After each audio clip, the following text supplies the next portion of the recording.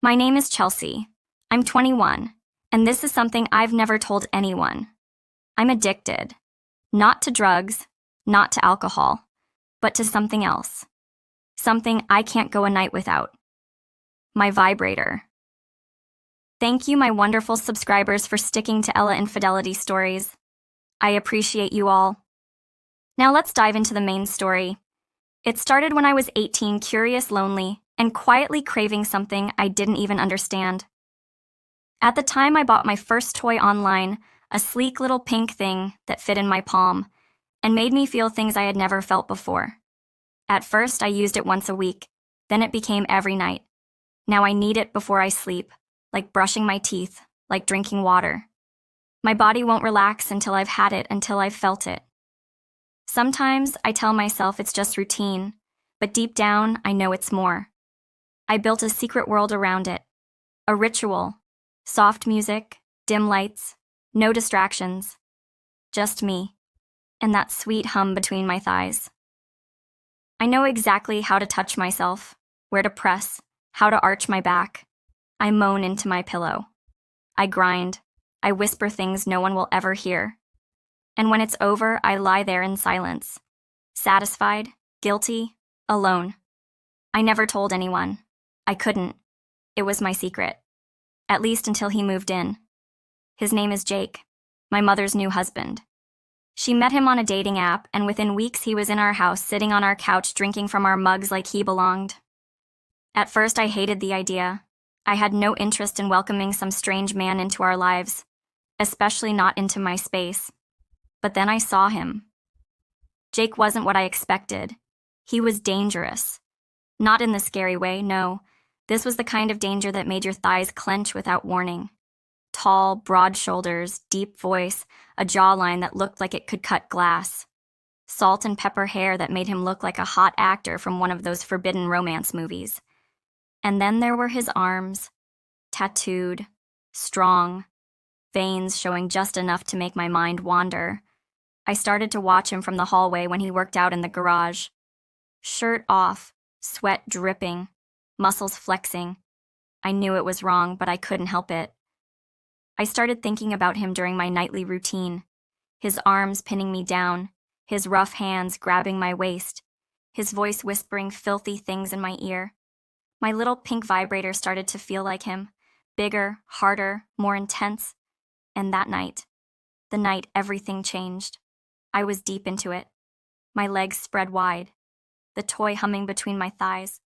My eyes closed, my back arched. I whispered his name before I even realized I was doing it. Jake. And then I opened my eyes. He was there, standing in my doorway, watching. And the worst part? I didn't stop. The air in the room felt thick, charged with something I hadn't expected.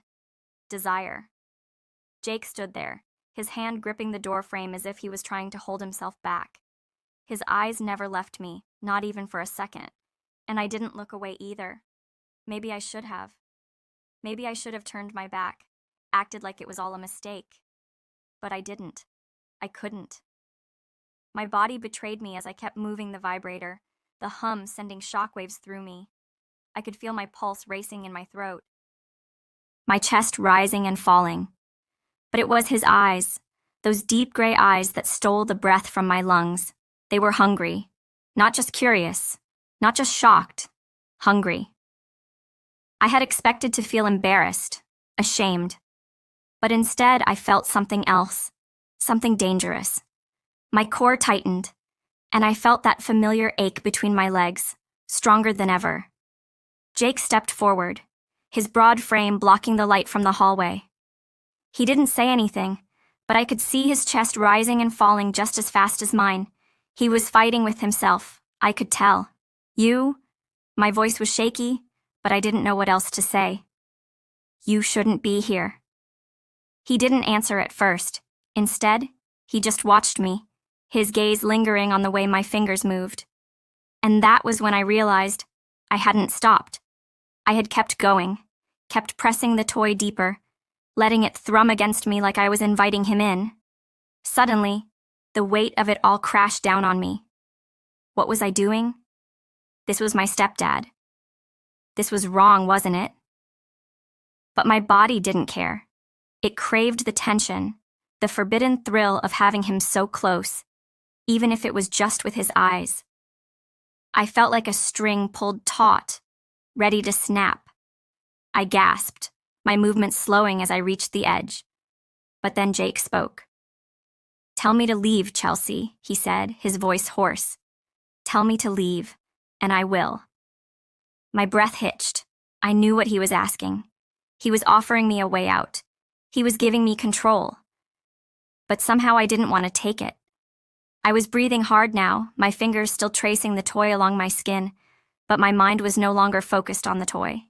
It was on him, on Jake. I slowly lifted my head and met his eyes. And that's when I saw it, the want in them. The same hunger I felt inside me, the same dark, desperate need. I don't want you to leave," I whispered, barely audible. His expression shifted. His lips parted as if he wanted to say something, but no words came. He just stepped forward, one slow, measured step after another, until he was standing next to my bed. His scent, musky, woodsy, and intoxicating, surrounded me. And for a moment, I thought he might touch me. I thought he might take me in his arms and finish what I had started. But instead, he stopped just inches away. We were close enough that I could feel his warmth, the heat radiating off him. I could feel the weight of his gaze on me, almost like a physical touch. I couldn't help but squirm, shifting my hips against the sheets, the ache deep inside me almost unbearable. "Chelsea." His voice was soft, barely above a whisper. "Are you sure you want this?" I didn't know if I was sure, but all I could think about was how badly I wanted to say yes. "Yes," I breathed, my hand still moving, my body begging for more. "I'm sure." And with that, he did the last thing I expected. He reached for the hem of his shirt and slowly, deliberately, pulled it over his head. His abs rippled with each movement, his muscles flexing as he tossed the shirt aside. My eyes followed the trail of ink on his skin, the tattoos that only made him look more dangerous, more irresistible. But it wasn't just the tattoos or the muscles, it was the power, the control in his movements, the way he commanded the space without even trying. I was helpless, completely mesmerized. I couldn't help but imagine what it would feel like to have him pressed against me, his body covering mine, taking me in ways I hadn't even dreamed of. And then he looked at me, his gray eyes dark with desire, and asked again, "Are you sure?" This time I didn't hesitate. "Yes, Jake, I'm sure." That was the moment everything shifted. I knew the line I was about to cross. I knew the consequences. But in that moment, with the heat between us unbearable, all I could think about was how much I wanted him, how badly I needed him. There are moments in life you can never undo, moments that change everything with just one touch. This was mine. Jake stood there shirtless, his chest rising and falling like he was fighting a war inside himself. But his eyes, those deep gray eyes, told me he'd already lost that battle. And so had I. He leaned forward, and I held my breath. My heart pounded so hard I thought he could hear it. Then his hand moved slowly, hesitantly, and brushed a strand of hair from my cheek. His fingers lingered a moment too long, and I felt a shiver run down my spine. My skin craved more. I wanted him to take me, to claim me. But he was being slow, like he wanted me to feel every second of what was happening. Like he wanted to tease me with what I'd been begging for in my mind for weeks. "Jake," I whispered, my voice barely audible. "Touch me." He didn't answer with words. Instead, he sat on the edge of the bed, his eyes never leaving mine. His hand moved gently down my thigh, tracing my skin like he was learning every inch of me. I bit my lip, arching into his touch, desperate for more. When his fingers finally reached the waistband of my panties, he paused. "If you want me to stop, now's the time." But stopping was the last thing I wanted. "Don't stop," I said. "Please." 3.6. His eyes fixed on my body. I felt naked under his gaze, not just physically, but completely exposed. Like he could see every thought, every need, every dark secret I'd kept buried. His fingers brushed over my sensitive skin, and I gasped, my legs trembling beneath his touch. He leaned in, his lips brushing my ear. "You've been dreaming about this, haven't you?" he whispered. "Yes," I breathed. Every night. I could feel the heat between us growing, the tension unbearable. He took his time, exploring me like he wanted to memorize every reaction, every gasp, every moan, every shiver. And then I saw it. He stood up slowly, undoing his belt.